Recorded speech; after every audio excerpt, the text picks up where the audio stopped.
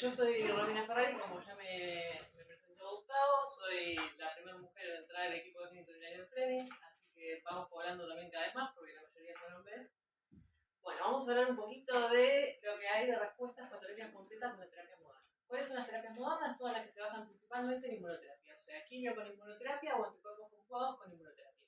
¿Qué respuesta patológica completa tenemos? Las que van del 40 al 60% en el mejor de los casos. Fíjense que, a su vez, obtener respuesta patológica completa es un marcador pronóstico. Fíjense que aquellos que la obtienen versus los que no, hay una diferencia, se separan las curvas y hay una diferencia de casi el 40%. Obviamente es mejor obtener respuesta patológica completa.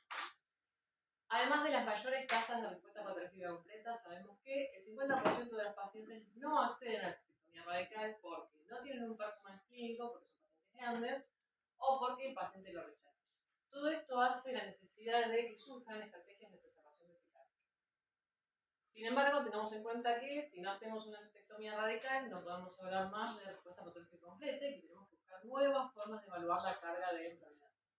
Para esto surgió el Consenso de Milán, que es un conjunto de expertos que se reunió en el 2024 y determinó la definición de respuesta clínica completa. Esta se va a basar en 3 pilares. Fíjense que uno es imágenes, el segundo es anatomía patológica y el tercero son los biomarcadores. Imágenes. Sabemos que le tenemos que pedir al paciente, después de que haga cualquier tipo de adjuvancia, una tomografía de tórax, abdomen y pelvis completa, con contraste, para evaluar principalmente enfermedad a distancia, y una resonancia que se pide de pelvis o de vejiga de alta resolución. Es importante que la pidan de alta resolución, con contraste. Respecto a la anatomía patológica, sabemos que tenemos que contar con ustedes, que son quienes hacen la citoscopía, que van a evaluar macroscópicamente si quedó enfermedad, que van a hacer la resección transuretral para evaluar la parte microscópica y que también se hace con el lavado vesical la citología urinaria. Y el tercer pilar, que es como lo más novedoso y lo que voy a hablar a lo largo de toda la clase, es el ADN tumoral, circulante y urinario. Fíjense que ¿algunos saben lo que es el ADN tumoral circulante? Muy bien. Por eso es la idea, antes de hablar a lo largo de toda la clase de todo este concepto, remarcar a qué nos estamos refiriendo, ¿sí? Para eso hay que entender un poco el proceso. Primero necesitamos tejido tumoral, o sea, analizar el tumor primario, ya sea por resección o por biopsia como muestra acá. Ese tejido lo vamos a secuenciar, por ejemplo, por NGS, y vamos a buscar las mutaciones propias del tumor. Es lo que sería la huella digital del tumor. Luego le vamos a sacar una muestra de sangre al paciente, la vamos a centrifugar y vamos a ver si el ADN que se encuentra en esa muestra de sangre coincide con las mutaciones propias del tumor. Si eso coincide, tenemos ADN tumoral circulante positivo. No pueden coincidir porque sepan que ADN en sangre está el nuestro y el de multiplicidades de cosas. Lo que yo quiero específicamente buscar es el de el tumor. Cuando es positivo, sugiere justamente que hay enfermedad mínima residual. En el caso del urinario, el proceso es el mismo, solo que en vez de tomar una muestra de sangre, tomamos la muestra de orina, como se toma con una orina estéril, o principalmente es más redituable con el lavado vesical. Habiendo dicho esto, fíjense que el primer trial que habla de ctDNA va a ser el Vigor 010, es un fase 3, así que es algo no menor, es un estudio grande, donde acá todos los pacientes van a cistectomía radical, pero lo que se quiere evaluar es la adyuvancia con inmunoterapia sí versus no, porque sabemos que la mitad de los pacientes recaen a 2 años. Entonces, tratando de prevenir esas recaídas, ¿cómo les va con el uso de inmunoterapia? Fíjense que su endpoint es sobrevida libre de enfermedad, pero da negativo porque esas dos curvas están juntas, o sea que da lo mismo agregar adyuvancia con inmunoterapia sí versus no. Sin embargo, hace un análisis muy valioso sobre biomarcadores, es decir, sobre el ctDNA, que esa parte del trial sí fue positiva.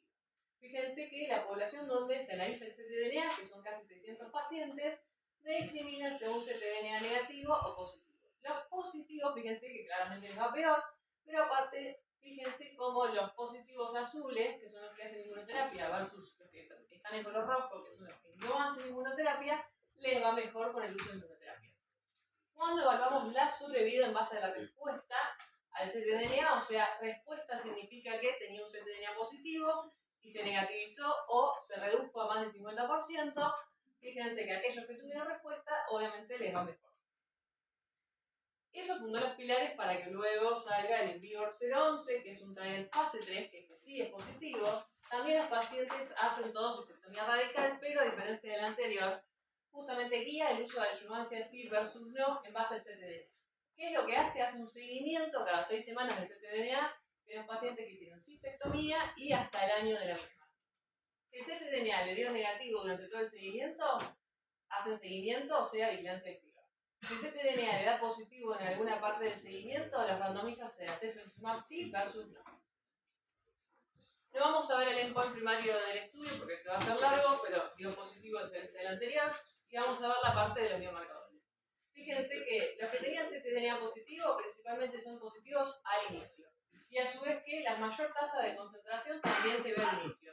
En cambio, si se hacen positivos después de forma más tardía, las concentraciones son más bajas. No solo importa la positividad, fíjense que importa el tiempo, cuándo se vuelve positivo. Remarcamos que los ctDNA negativos siempre les va mejor, pero fíjense que los que tienen ctDNA positivo de forma inicial les va peor de todos. ¿Por qué? Por lo que vimos hoy de que tienen más concentración de ctDNA.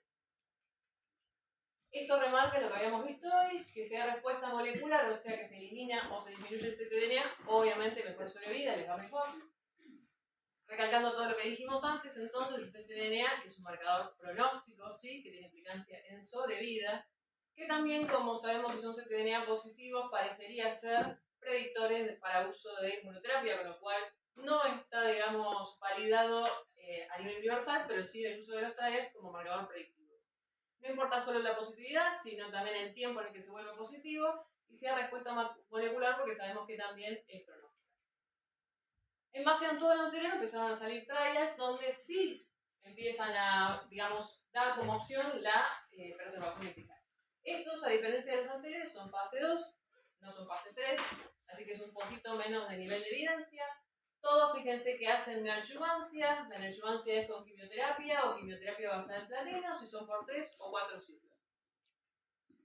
Principalmente vamos a ver el Retain 2, porque es como el más novedoso y el último que salió. Fíjense que toma pacientes T2, T3, todos lo que sería histología preferentemente ureterial. Hace una resección transuretral, primero diagnóstica, pero también busca unas mutaciones que predicen sensibilidad al platino. No quiero que se detengan tanto en esto, porque hoy en día en realidad los platinos son más pasados y en un futuro van a salir nuevas terapias. O sea, tenemos en realidad ya aprobadas nuevas terapias, solo que en Argentina todavía no están totalmente en uso. Pero sabemos que, por ejemplo, tenemos el EV-Pembro y va a reemplazar lo que serían los platinos. En este caso, fíjense que hacen neoadjuvancia con empalgosis densa, que tiene platino, nivolumab, y luego lo restratificamos. ¿Con qué? Con imágenes con tomografía, con resección transuretral y con la citología urinaria. Si tenía una mutación positiva predictora de sensibilidad a platino, o sea, mayor probabilidad de downstaging, y si no tenía enfermedad residual, vigilancia activa. Si en cambio no tenía esa mutación que predecía sensibilidad o tenía enfermedad residual, fíjense que hacíamos una consolidación local, ya sea cistectomía, quimio-radioterapia, etc. Voy a recalcar otro concepto del trial, que es un estudio de no inferioridad. Sabemos que los de no inferioridad, por las dudas que calco para quien no sepa, tiene que demostrar ser no inferior al estándar. El estándar es cistectomía radical todavía, ¿sí? Y demostrar ser no inferior quiere decir que no tengo que demostrar ser superior, sino que cumplir un mínimo porcentaje. ¿Cuál es el mínimo porcentaje que estableció? 69%. ¿Y cuál es el endpoint que evaluaba? Sobrevida libre de metástasis. Y dentro de esta engloba lo que es enfermedad localmente no quirúrgica, las recaídas gangrenianas pelvianas y lo que es enfermedad a distancia. Fíjense que sobrevida libre de metástasis en toda la población lo cumple el 83%, o sea que sobrepasó por demás el 69% que tenía que cumplir. Cuando evalúa la población en vigilancia activa y sobrevida libre de metástasis, fíjense que las curvas van prácticamente iguales, ¿sí? Cuando lo analizamos en base al ctDNA, fíjense que todos los ctDNA positivos les va mal, eso ya lo habíamos visto, pero fíjense que ctDNA negativo, tanto en vigilancia como haber hecho consolidación local, les va exactamente igual. Acá fíjense que en estas barras lo que analiza es libre de metástasis y vejiga sin necesidad de irradiación. 68%, 7 de cada 10 pacientes, ¿sí?, no se necesitaron irradiar en la vigilancia activa, lo cual es un montón. Sin embargo, recordemos que el seguimiento es a 2 años, es poco seguimiento, y también nos muestra esta curva, digamos, esta barra verde con el uso de inmunoterapia versus la SUS, que compara solamente con quimio, claramente que tenemos mejores respuestas con la inmunoterapia, que es lo que usamos hoy, si o sí, en el adjuvancia, si se puede. Cuando evaluamos la población con vigilancia activa, que era el 40%, fíjense que la mitad tuvo recaída local. Dentro de recaída local, sin embargo, entra todo, ¿no? Músculo invasivo y también recaída en órganos pelvianos. Y de esto solo el 10% tuvo un ctDNA positivo, con lo cual no parece predecir mucho el comportamiento a nivel local en la vejiga, que es lo que pasa y la probabilidad de recaída. Sin embargo, otra cuestión a tener en cuenta es que todos los que tuvieron metástasis tuvieron recaída local, o sea que primero tienen recaída local antes de hacer metástasis. Entonces tengo que ir a buscar la recaída local.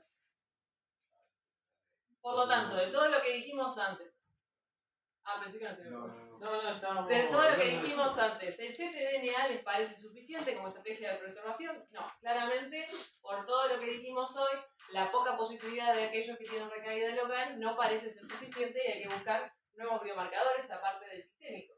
Bueno, acá tenemos el Niágara, que es un trial fase 3. Recordemos que este es perioperatorio, o sea que todos se operan, hace cistectomía radical, pero es perioperatorio porque hace, fíjense, tratamiento previo a la cirugía y posterior a la cirugía. Acá en realidad el trial trata de evaluar el uso de inmunoterapia previo y posterior. No vamos a ver eso como endpoints, sino que yo quiero ver en análisis exploratorio con la introducción del ADN tumoral urinario.